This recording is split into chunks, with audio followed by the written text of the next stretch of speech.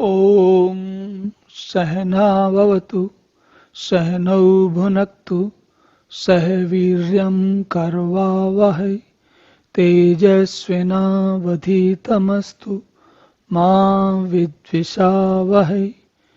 ॐ शांति शांति शांति। हरि ओम। तो हमने देखा कि 5वें अध्याय के अंतिम श्लोक में भगवान कहते हैं कि मुझको सभ्य यज्ञ और तपों का भोगने वाला, सभी ईश्वरों का ईश्वर, सभी भूत प्राणियों के का सुहृद, यह जानते हुए जो भजता है वह सभी वह शांति को प्राप्त होता है, परमात्मा तत्व को प्राप्त होता है। अब इसके आगे अध्याय 6 में, जिसमें जैसे कि हम आत्म संयम योग नाम से भी जानते हैं, उसमें भगवान कहते हैं कि अनाश्रितः कर्म फलम कार्यम कर्म करोति यः ससन्यासी च योगी च न निरग्नि न च अक्रियः। अब इसमें जो ये थोड़ा ध्यान देने की बात यह है कि हम इसके पहले भी भगवान कर्म फल के अनाश्रित होने के बारे में कह चुके हैं। क्या बात है? तो भगवान कहते हैं कि जो कर्म फल का में आश्रय नहीं लेता, कर्म फल के बारे में ध्यान नहीं रखता, उस पर आश्रित होकर भरोसा न करके अपने सारे जो काम करने योग्य कर्म हैं, जो अच्छे कर्म हैं, जो सही कर्म हैं, उनको करता है, वही सन्यासी है और वही योगी है।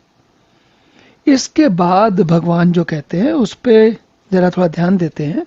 वो कहते हैं कि केवल अग्नि का त्याग करने वाला सन्यासी नहीं है। यहाँ पर अग्नि का त्याग, इससे क्या अर्थ है?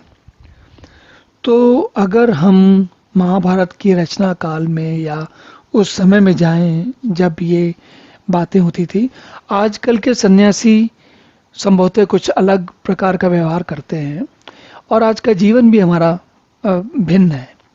लेकिन आज से 3-4 हजार साल पहले, बल्कि 3-4 हजार साल तो बहुत दूर की बात है, लगभग 100 साल पहले भी मान लें आप, तो धार्मिक कर्म हमारे जीवन का, भारतीय जीवन का अभिन्न अंग रहे हैं। यज्ञ, होम, संस्कार इत्यादि, इन सभी में अग्नि का प्रयोग होता है। जैसे आपने देखा होगा, एक साधारण तौर पे हम सभी जानते हैं कि विवाह के संस्कार में अग्नि के फेरे लिए जाते हैं। तो थोड़ा समझने की बात यहाँ पर यह है कि सन्यासी जो है वो अग्नि का त्याग करने वाला है।